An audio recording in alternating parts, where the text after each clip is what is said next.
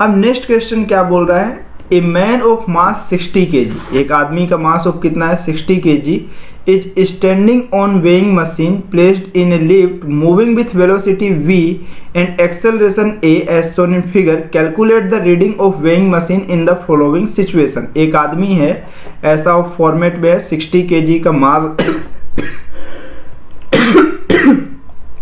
60 kg का मास है, weighing machine पे है, कौन सी मशीन पे है, वेइंग मशीन पे है। तो वेइंग मशीन पे आपको मालूम है कि उतना ही mg नीचे साइड और उतना ही नॉर्मल रिएक्शन ऊपर की डायरेक्शंस पे हो रहा हो।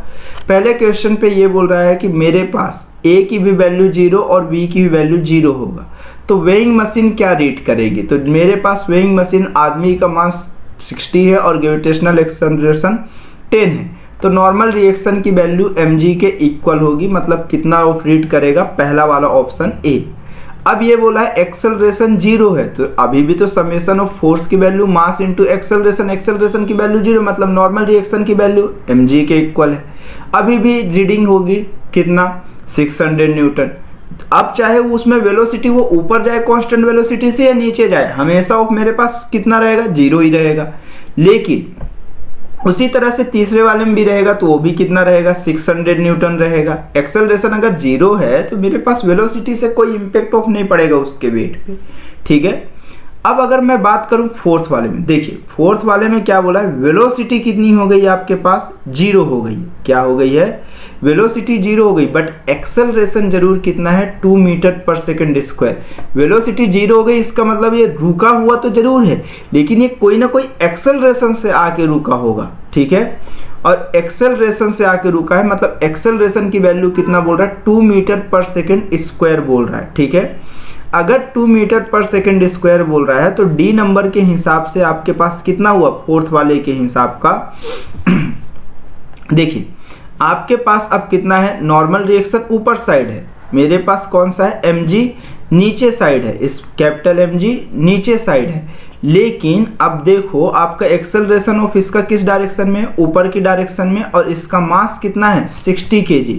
तो अब आप क्या करोगे यहाँ से कि आपको नॉर्मल रिएक्शन काउंट करना है, समेशन ऑफ फोर्स की वैल्यू ब्लॉक के मास, सॉरी आदमी का मास मतलब 60 इंटू एक्सेलरेशन 2 के इक्वल होना चाहिए। Normal reaction minus of mg की वैल्यू कितना है 600, अभी आप यहाँ देख सकते हो, इज इक्वल टू 120। तो नॉर्मल रिएक्शन फोर्थ केसेस में आपके पास निकल के आया 720 न्यूटन, मतलब ऑप्शन नंबर डी।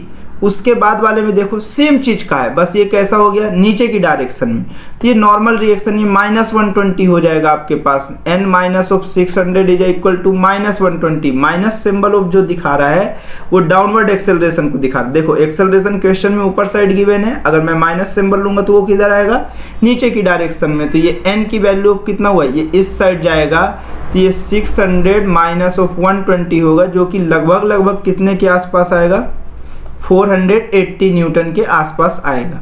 तो मतलब ऑप्शन नंबर ऑफ फिफ्थ का कौन सा हो गया मेरे पास, बी हो गया।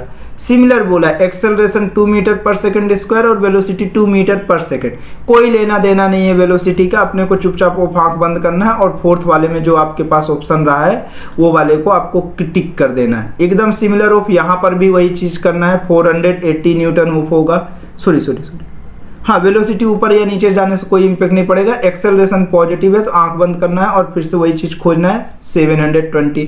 सिमिलर नीचे साइड जा रहा है, किस डायरेक्शन में क्या वेलोसिटी उससे कोई मतलब नहीं है, बस मुझे एक्सेलरेशन से इंपॉर्टेंट है, तो एक्सेलरेशन के हिसाब से 480 न्यूटन। तो ये ऑप्शंस थे, ये आपको करेक्ट है।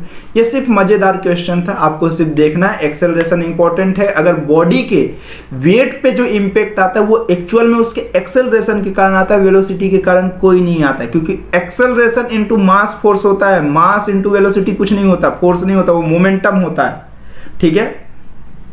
तो आई होप आपको यहां तक समझ में आया होगा। तो यहां तक अपना हो गया, ठीक है। Thanks for watching.